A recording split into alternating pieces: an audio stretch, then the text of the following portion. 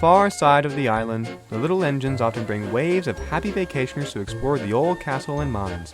There, another little engine works, who carries these visitors around on tour. The engine's name is Bertram, and all who speak to him will talk later of his proper voice, which sounds like that of a poet reading a sonnet in a park. Much like these poets, Bertram loves to tell stories to everyone who might listen. The little engines, who often speak to Bertram when they visit, quite like his tales. All the engines except for Duncan. One day, Duncan was tasked to take the enthusiast to the mines. He was most annoyed, which was evident, of course, by his endless complaining. "Humph! The thing controller tasked me to work in these filthy mines. Me! Of all the engines he could have chosen! Smart enough, dear chap," called Bertram, chuckling. "I'm not that bad, am I?" "Of course not. But all I wish I could be doing is sitting in the shed and basking in the sun." "Well, you can't do both at the same time. The shed roof sits over your head." "An engine can dream." "If I were you, I would want to be useful, not be shut up in a shed. I would know. I was stuck in one for years." "Oh no, not another story, Bertram." "Oh, come now, Duncan. I think you'll like this one." "Well, it's not like I can go anywhere. You might as well tell me." "Excellent. I can also tell you about how he became known as the Old Warrior." Yes, just start already." And this was the story Bertram told. Long ago, Bertram worked in the mine shafts. He carried empty wagons in and loads of lead out. He would work very hard from dawn till dusk.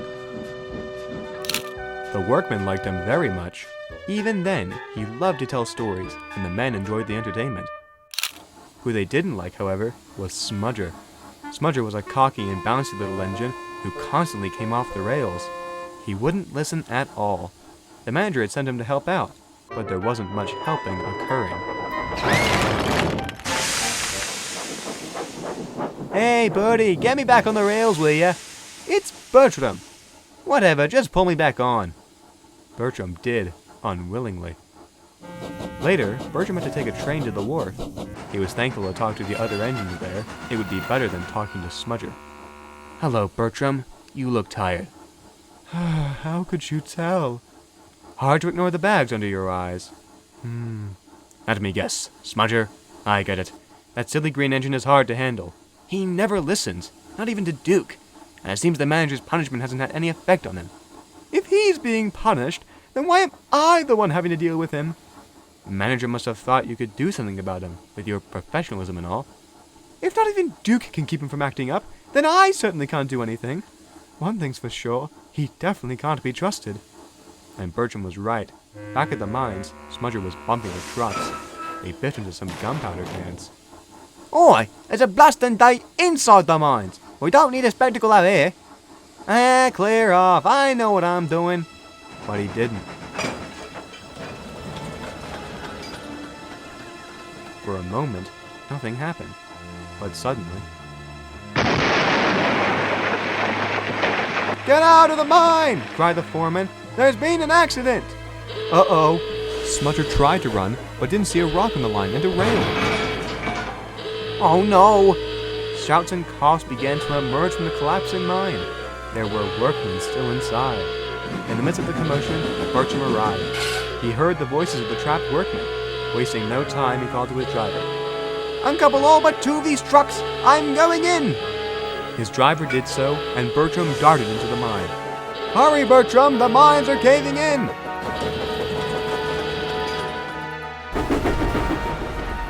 Before long, he had found the workmen, who were holding on to each other so as not to lose anyone. "Get in!" he cried. They quickly boarded. Another problem arose. "Where's Robert?" "We can't leave Robert." "Help!" "Don't worry! I'm coming!" Bertram marched further into the mines, but by now there was more danger. Rocks began to fall. A large slab of lead fell into Bertram's tank, and he yelped in pain. But nothing would stop the little engine. He quickly found Robert, who was injured by a falling rock and could only limp. The workmen quickly pulled him onto the truck. "Go it, Bertram, go it!" So Bertram sprinted back to the mine.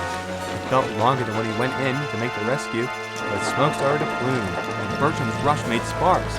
The sparks ignited more of the gunpowder.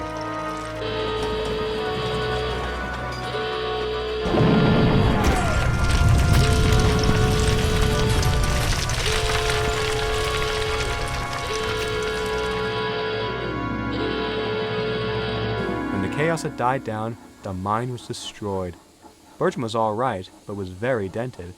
The workmen, meanwhile, could only cheer for their hero. When the manager arrived, they told him all about the little engine's escapade.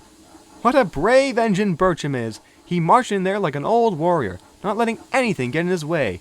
You should be very proud." "Well, Bertram, you certainly have left an impact on these workers. I am very proud of you. You may not be my engine, but I shall pay to have you repaired of all those dents. Your act of bravery deserves a reward. I think the workmen put it best, old warrior." "Thank you, sir," said Bertram, who was still out of breath. The manager then turned his attention to Smudger. "Now, Smudger, this has to be the worst thing you've ever done. I've had it up to here with you. Meet me at the sheds later. We shall be having a very serious discussion." "Yes, sir." Before long, Bertram was fixed, and soon was back to work. The workmen began to call Bertram by his nickname, the Old Warrior. Bertram couldn't have been any more proud. Unfortunately, the mine began to fall on hard times after the incident. While Bertram tried his hardest, it eventually closed. Bertram was stowed away in a shed, as no one could afford to keep him running. He felt depressed. However, through it all, the workmen he had saved never left him.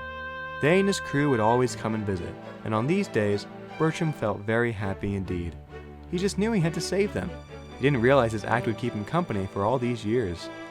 Many years later, some workmen discovered him when they were restoring his mine into a tourist attraction. "And now we're here. I received an overhaul, which got me a tender, as my bunker was too small and very rusted. Now I work very hard taking visitors all around the mines." "Whatever happened to Smudger?" asked Duncan, who was now very intrigued. "Well, he got turned into a generator," said Duke, who was just pulling in. "And I'll be sure to ask Mr. Percival to make you one if you don't make room for me and my coaches." Quiet, Duke, I'm going." "Thank you for the story, Bertram. I'm sorry for speaking low of these mines. I hope I'll be back here again soon. Maybe then you can tell me more stories." "Anytime, dear chap. Anytime." "Duncan!" "All right." And with that, Duncan puffed away. Telling stories again. "You know me, Duke. Always willing to tell a great story." "Indeed, old warrior. Now, show off these mines with pride, won't you?" "Of course. Then I'll tell them the tale of the mine's ghost engine. Woo!" Never change, Bertram. Never change.